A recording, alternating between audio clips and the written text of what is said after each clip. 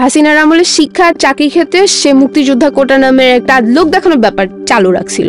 তো এটা চালু রাখছে যাতে সে তার নিজের দলের লোকজনকে বড় বড় পোস্টে রাখতে পারে, যেটা আমাদের মতো অনেক ট্যালেন্টেড মানুষের জন্য প্রচন্ড পরিমাণে আনফেয়ার। এই আনফেয়ারটার এগেনস্টেই আসলে আমরা কোটা আন্দোলনে নামছি। যদিও আমরা অ্যাপারেন্টলি আন্দোলন করতেছিলাম কোটার বিরুদ্ধে, কিন্তু এই আমাদের মনের মধ্যে ছিল এই যে হাসিনার 16টা বছর ধরে যে শাসন এবং তার শোষণ, এটার বিরুদ্ধে পুঞ্জীভূত ক্ষোভ। কোনোরকম কোনো নির্বাচন ছাড়াই উনি পরপর 3বার ক্ষমতায় ছিলেন। শত শত মানুষকে খুন করেছে, গুম করেছে, ব্যাংক লুট করেছে। তার বিরুদ্ধে একটা টু শব্দ করলেই সে দুনিয়া থেকে গায়েব করে দিবে। আর এই ক্ষোভটা তো আমাদের মনের মধ্যে সবসময় ছিল। এই ক্ষোভটাকে সাথে নিয়েই আমরা কোটা আন্দোলনের নামছিলাম।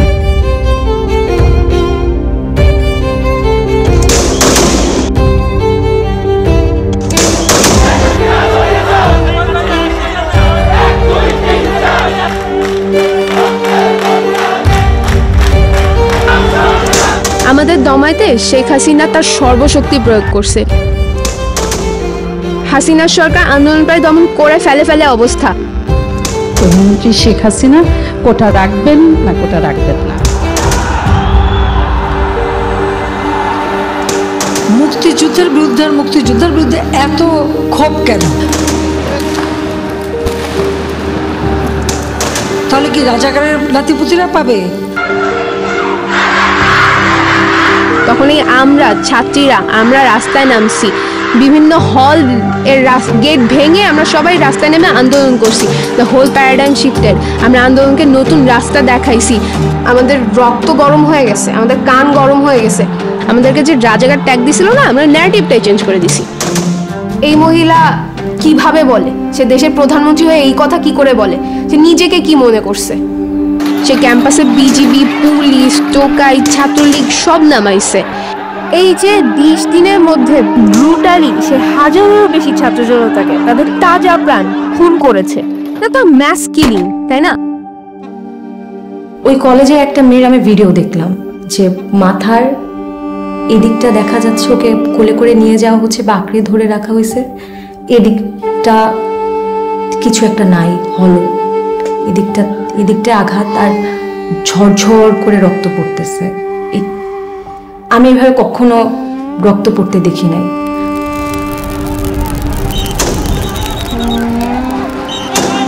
এই যে ছোট ছোট বাচ্চাদের হত্যা করছে, হাজারো মায়ের বুক খালি করছে, এর দায় কে নেবে? নাইমাকে হারিয়ে নাইমার ছোট ভাই তাসপিয়া, বড় বোন, 2 ভাই বোনে অসুস্থ, মানে একদম পুরো অসুস্থ। খাটের উপরে হাত উপরে দিও না, পা নাড়াইও না, মানে মানসিক এতটাই অসুস্থ, আমরা হাত পা নাড়াইতে পারতাম না, বলে গুলি আসে, গুলি আসে।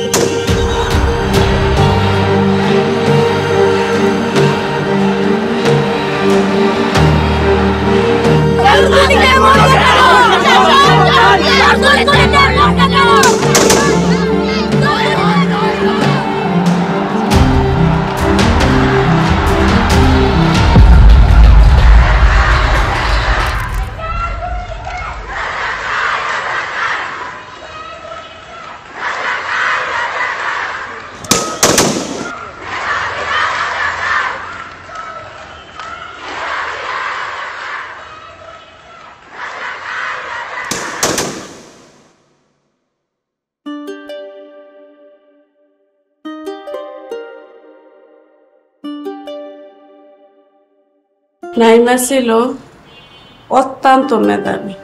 প্লে থেকে প্রতিটা ক্লাসে রুল 1 চালিয়ে আসছে, 8ম শ্রেণী পর্যন্ত চাঁদপুরে।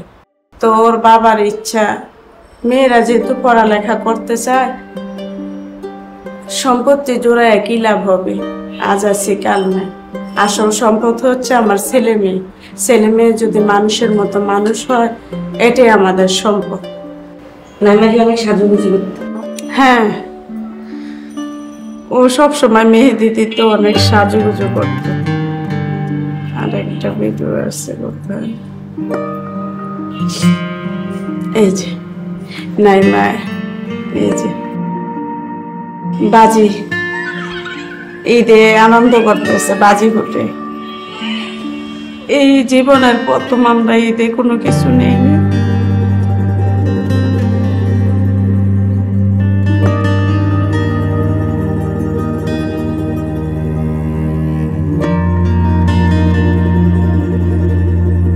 আমি সুস্মিতা মিম, আমি প্রিন্ট মেকিংয়ে মাস্টার্স ফার্স্ট পার্টে ঢাকা ইউনিভার্সিটিতে আছি।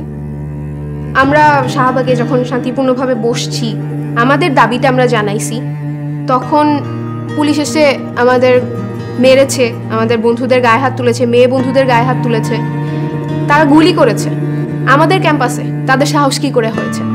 তারা এতখানি অ্যাগ্রেসিভ আচরণ করেছে, এটা শেখ হাসিনার নির্দেশ ছাড়া তো সম্ভব না।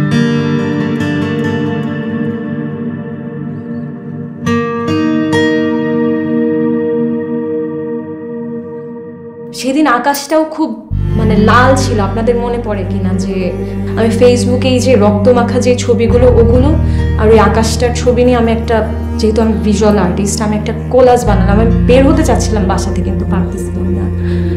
রাতে যেটা হলো, দেখলাম যে জাহাঙ্গীরনগরের আমার কিছু ফ্রেন্ডরা ওরা লাইভে ছিল, তখন ওদেরকে ঘেরাও করে ফেলে টিয়ার শেল মারা হয়।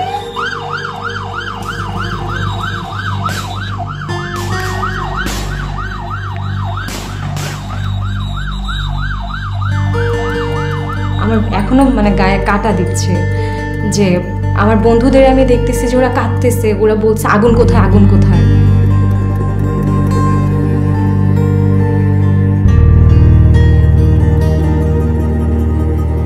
ঘরে বসে এই প্রতিবাদ করে যায় চিত্রাঙ্কনের মাধ্যমে, এই যে যা তার প্রতিবাদী চিত্র হিসাবে ভাইরাল হয় এই চিত্র।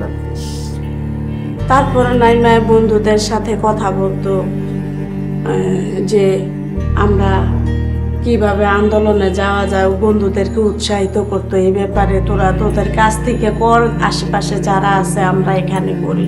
ওই সময় তো উত্তরার অবস্থা জানেন কি অবস্থা।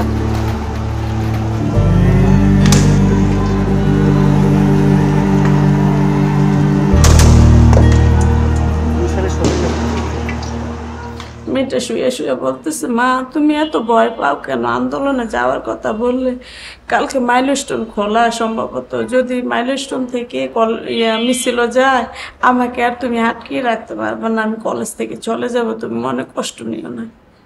আর আমি যদি শহীদ হয়ে যাই তো তুমি আলহামদুলিল্লাহ বলবা।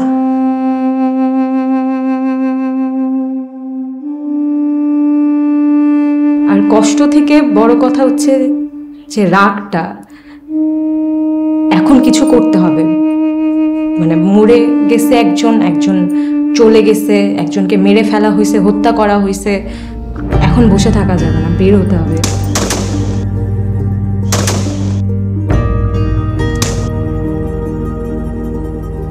আমি পাঠশালায় পড়ি। পাঠশালা ড্রিকের কিছু মানুষের সাথে, বন্ধু সহযোদ্ধাদের সাথে রাজু ভাস্কর্যে যাই। রাজু ভাস্কর্যে গিয়ে দেখলাম যে আওয়ামী লীগের মানুষজন জড়ো হচ্ছে, জগন্নাথ আওয়ামী লীগ, ঢাকার বাহির থেকে আরও আওয়ামী লীগ, বিভিন্ন ইউনিভার্সিটির আওয়ামী লীগ, ছাত্রলীগের ছেলেপেলেরা আসতেছে।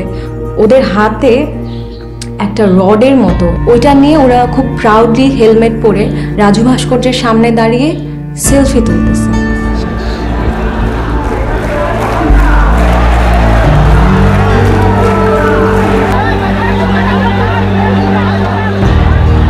যখন উত্তরা মেডিকেলের সামনে দিয়া যখন ছাত্রদের ধাওয়া দেয়, ছাত্ররা তখন আমার বাসার নিচে অবস্থান করে।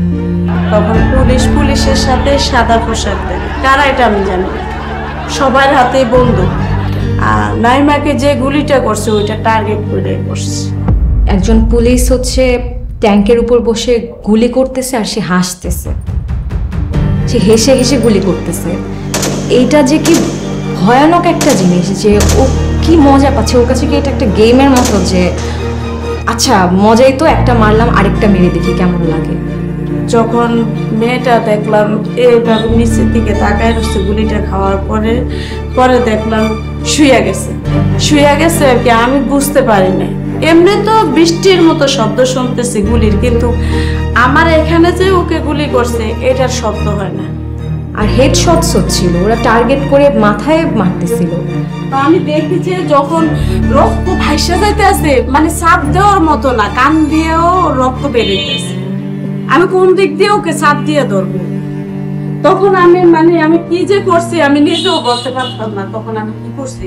এটাই আমার মনে আছে, আমি দরজাটা খুলছি যে আমি আর বলতে পারি না আমি কি অবস্থায় ছিল।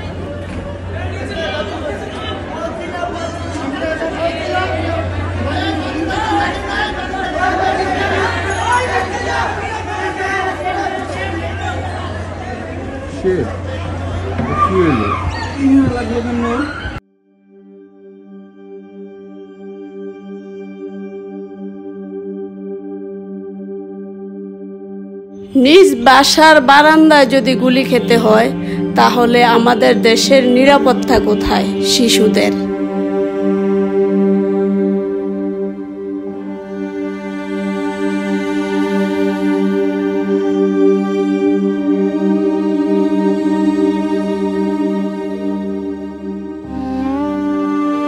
আর আমার অবস্থা তো কি বলবো, আমার অবস্থা আমিও নিজে সাইকোলজিস্ট রোগী, নিজেও দেখাই, বাচ্চাদেরও দেখাই।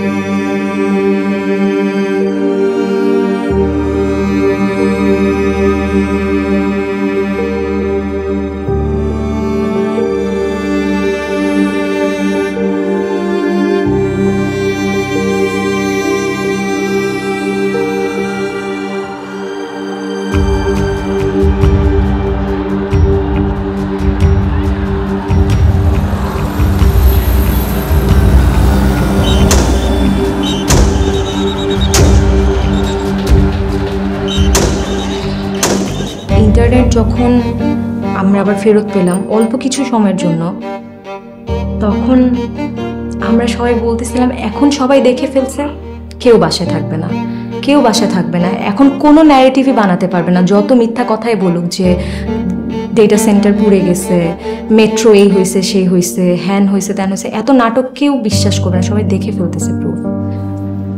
আল্লাহ আমাদের ঘুম যে কায়রা নিচ্ছে, তুমি তার বিচার আল্লাহর কাছে বিচার।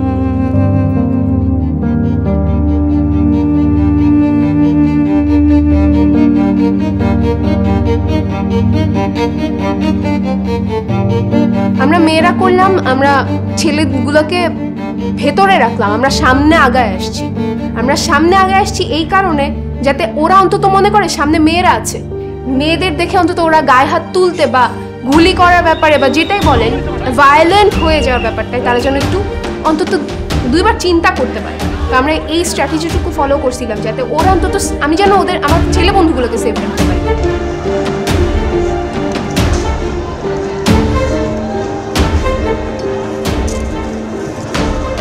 পুলিশরা দাঁড়ানো বেগম রোকেয়া হলের দিকে, স্টুডেন্টদের যেতে দিল, দলটাকে যেতে দিল। পেছন দিক থেকে পুলিশের আরেকটা বা বিজিবির পুলিশ সহ আরেকটা ফোর্স হচ্ছে গেল, স্টুডেন্টদের স্যান্ডউইচ করে এরপর টিয়ারশেল মারলো ওখানে। ওইটা আমার জন্য খুবই আমার বুকে লাগছে জিনিসটা। তখন আমাদের দুজন নারী মানবাধিকার কর্মী আর আমাদের ফটোগ্রাফার একজন আপা, ওনারা তখন পুলিশদের বললেন যে আপনারা কতটা নির্লজ্জ হতে পারেন, যেমন নিরস্ত্র বাচ্চাদের গায়ে আপনারা হাত তুলতে পারতেন, পুলিশদেরকে বলতেছিল। এরপর পুলিশরা যেটা করলো, হাসা শুরু করলো, হা এভাবে বলে। এরপর ওনারা আমাদের ভিডিও করা শুরু করছে। এরপর আমরা বললাম যে ছবি তুলবেন, ভিডিও করবেন, আরও কাছে আসেন। একটা ভয় থাকার কথা যে আমাদের ছবি তুলে নিয়ে যাচ্ছে, আমাদেরকে পরে ধরে নিয়ে যেতে পারে, বাসা থেকে নিয়ে যেতে পারে, কারণ আপনারা তো নোন ফেস, আমি হয়তো এতটা নোন ফেস না, কিন্তু ওনাদের বুক ভর্তি সাহস, ওনারা এসব তোয়াক্কাই করেনি।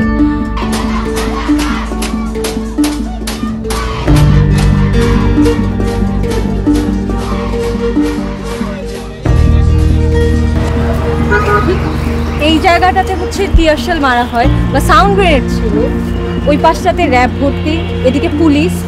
স্টুডেন্টরা তখন হচ্ছে কলাভবনের দিকে শেল্টার নিচ্ছিল। স্টুডেন্টরা যখন আবার ফেরত আসার চেষ্টা করে, ওদের উপর আবার হামলা করা হয়। এখানে যে টিয়ারশেলটা পড়ে বা সাউন্ড গ্রেনেডটা পড়ে, ওটা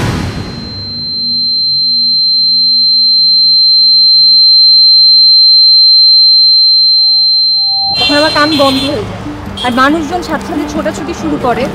তখন আমি গিয়ে এই ভম্বর এখানটাতে আমি একটু শেল্টার নেওয়ার চেষ্টা করি। এখানে আমি কিছুক্ষণ দাঁড়িয়ে আশেপাশে একটু স্ক্যান করি যে আমার পরিচিত কি কেউ আছে কি না। আমি জানি না, আমার কাছে শক্তি ছিল আমার ক্যামেরাটা। আমি ফোন বের করে আমি ভিডিও করছি, ওই ভিডিওগুলো এখনও আছে আমার কাছে, যে আপারা বলতেছেন। আমি যেহেতু ভয়েস লাউড করে বলতে পারতেছি না, আমার শক্তিটা হচ্ছে আমার ক্যামেরা। আমি ছবি ভিডিও, ওটা আমার শক্তি। আমি ওটা ক্যাপচার করি।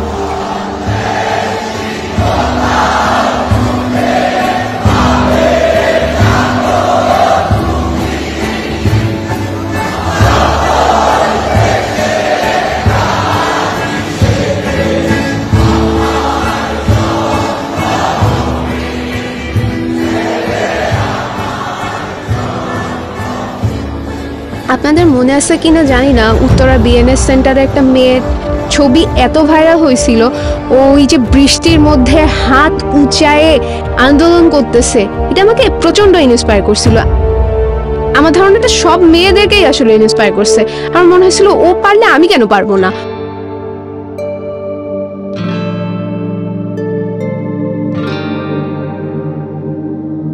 5 তারিখ সকালবেলা মানে ভোরবেলা উঠে আমি আমার বিছানাকে এমনভাবে গুছালাম যে দেখে মনে হয় যে আমি ঘুমাচ্ছি। এভাবে আমি বের হয়ে চলে আসছি। দ্বিধা পুরো রাস্তায় ছিল যে মরে যাবই।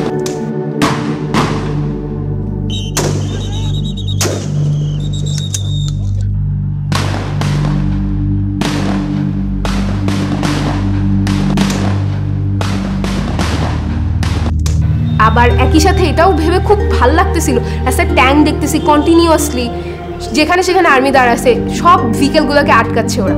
কিন্তু একই সাথে এই জিনিসটা ফিল হচ্ছে যে কিছু তো একটা বেটার আমি করতে যাচ্ছি, যেখানেই যাচ্ছি আমি বেটার কিছু একটা করতে যাচ্ছি।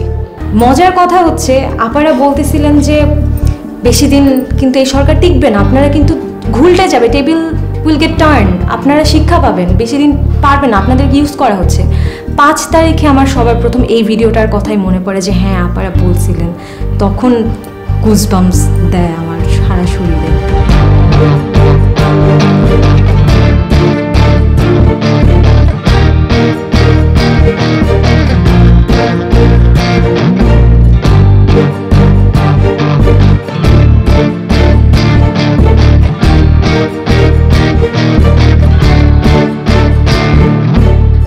এরপর তো অনেক অরাজকতা হলো, ডাকাতি হচ্ছিল অনেক।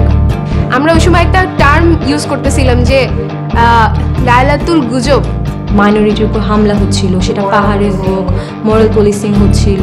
কেউ বলছে যে ইন্ডিয়া আমাদের কাছ থেকে দেশ নিয়ে যাচ্ছে, সাভারে সব অস্ত্র নিয়ে ইন্ডিয়ান সৈন্যরা নাকি আসছে, তারা নাকি হিন্দিতে কথা বলছে। অনেক অরাজকতা হচ্ছিল, কিন্তু ওইটা স্বাভাবিকই ছিল, কারণ এগুলো তো অনেক দিনের পুষে রাখা একটা গ্রাজ, সবার সব কিছু তখন বেরিয়ে আসছিল, যার যত রকমের রাগ ছিল সব বেরিয়ে আসছিল। দ্বিধাদ্বন্দ্ব বলতে আমরা মজা পাচ্ছি, অবাক হচ্ছি, একই সাথে মানে অনেকগুলো অনুভূতি আসলে কাজ করতেছে যে দেশে হচ্ছে এটা কি।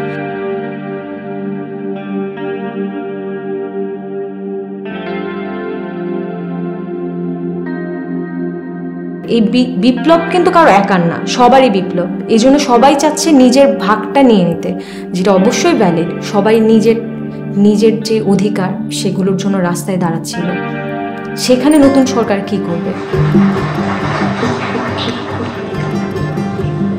আমি আইন অনুযায়ী অন্তর্বর্তীকালীন সরকারের প্রধান উপদেষ্টা পদের কর্তব্য বিশ্বস্ততার সহিত পালন করিব।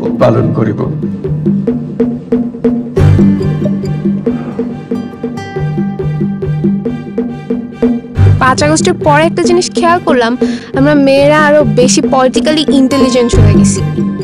আমরা আরো জানার চেষ্টা করছি, পড়ার চেষ্টা করছি, তর্ক করতেছি, প্রশ্ন করতেছি। যেহেতু আমরা নিজেদের নিয়ে সচেতন হয়ে গেছি, আমাদের আর থামায় রাখার কিছু নাই। আমি যেখানে আপনাকে বললাম যে আমি অনেক রেগে গেলেও ভয়েস লাউড করতে পারতাম না, সেখানে আমি ভয়েস লাউড করা শিখে গেছি। পাখি যখন একবার খাঁচা ভেঙে উড়ে যাওয়ার কৌশলটা শিখে যায়, তখন তাকে আর খাঁচায় বন্দি করা যায় না।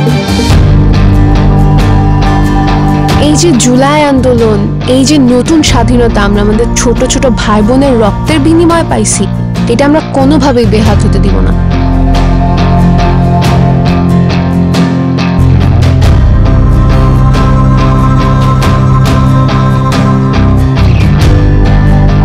দেখেন নাই মোহাম্মদপুরে মোরার পুলিশিং এর সময় কি হয়েছে? মেয়েদের গায়ে হাত দিছে।